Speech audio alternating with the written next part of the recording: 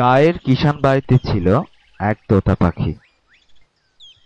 ঘরের বারান্দায় একটি খাঁচার মধ্যে সে বসে থাকত আর সারাদিন কথা বলতো। তোতা পাখি ভাবত,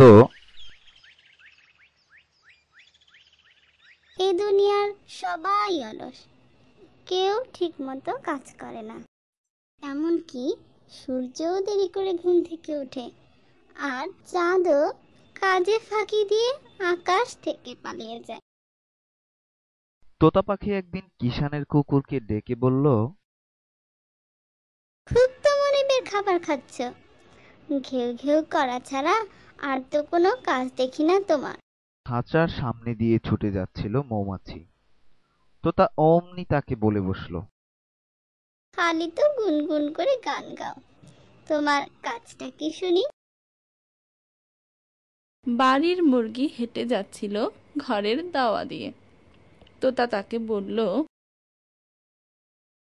সারাদিন তো ঘুর ঘুর করছো আর বক বক করছো, আর ওই যে তোমার একরত্তি ছানাগুলো, ওগুলো ঠিক তোমারই মতো, যেমন মা তেমন ছা।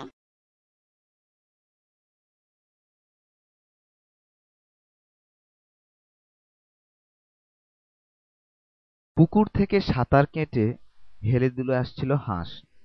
তোতা বলল, প্যাক প্যাক করেই তো দিন কাটে তোমার, আর এমন তোমার চাল চলন, দেখে মনে হয় যেন রাজা বাদশাহ। একদিন কিষান বাড়ির মেয়েটা তোতা পাখিকে দানা পানি দিয়ে খাঁচার দরজাটা বন্ধ করতে ভুলে গেল। তোতা ভাবল, এই তো সুযোগ, একবার বাইরের দুনিয়াটা ঘুরে আসি।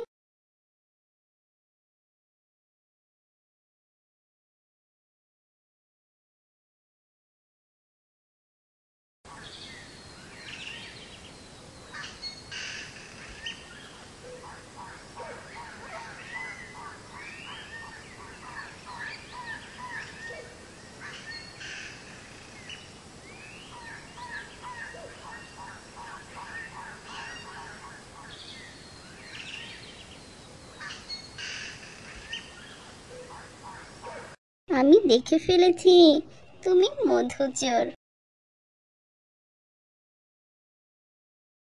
যা জানো না তা নিয়ে কথা বলো না। কি বলছো? আমি জানি না?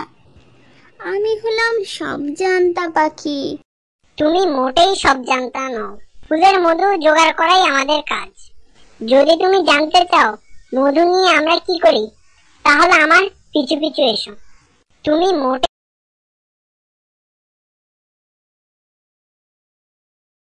ওই যে মৌচাকটা দেখছো, ওটা আমরাই বানিয়েছি। রোজ একটু একটু মধু এনে আমরা ওখানে জমা করি। এই জন্যই তো মৌমাছির এতটুকু ফুরসত নেই।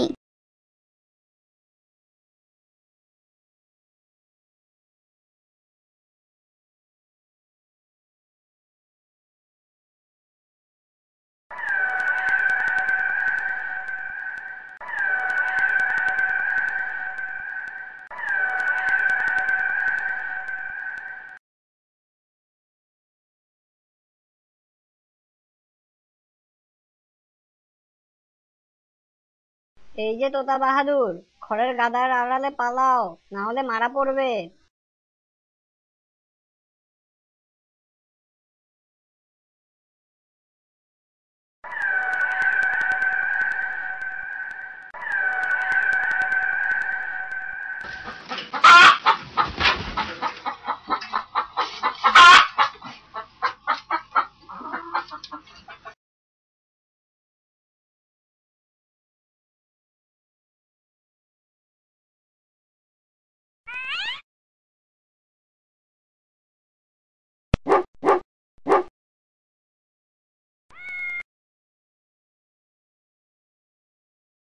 ওরে বাবা, আর একটু হলে আজ তো মারাই পড়তাম। এখন তুমি আমাকে পাহারা দিয়ে খাঁচায় পৌঁছে দাও, আমি আর বাইরে থাকবো না। আমি না বুঝে তোমাদের অনেক মন্দ কথা বলেছি, তোমরা আমাকে মাফ করে দাও ভাই। তুমি তো খাঁচার পোষা পাখি, সারাদিন বসে থাকো, কোনো কাজ নেই তোমার। মনিবের দানা পানি খাও আর বড় বড় কথা বলো? কথা বলা খুব সোজা, কিন্তু বেঁচে থাকার লড়াই বড় কঠিন। সে আর তোমাকে বলতে হবে না, আমি আজ নিজেই বুঝতে পেরেছি। অবশেষে সবাই তোতার বন্ধু হলো। তোতাও বুঝতে পারলো আমি যেমন আছি তেমনই ভালো।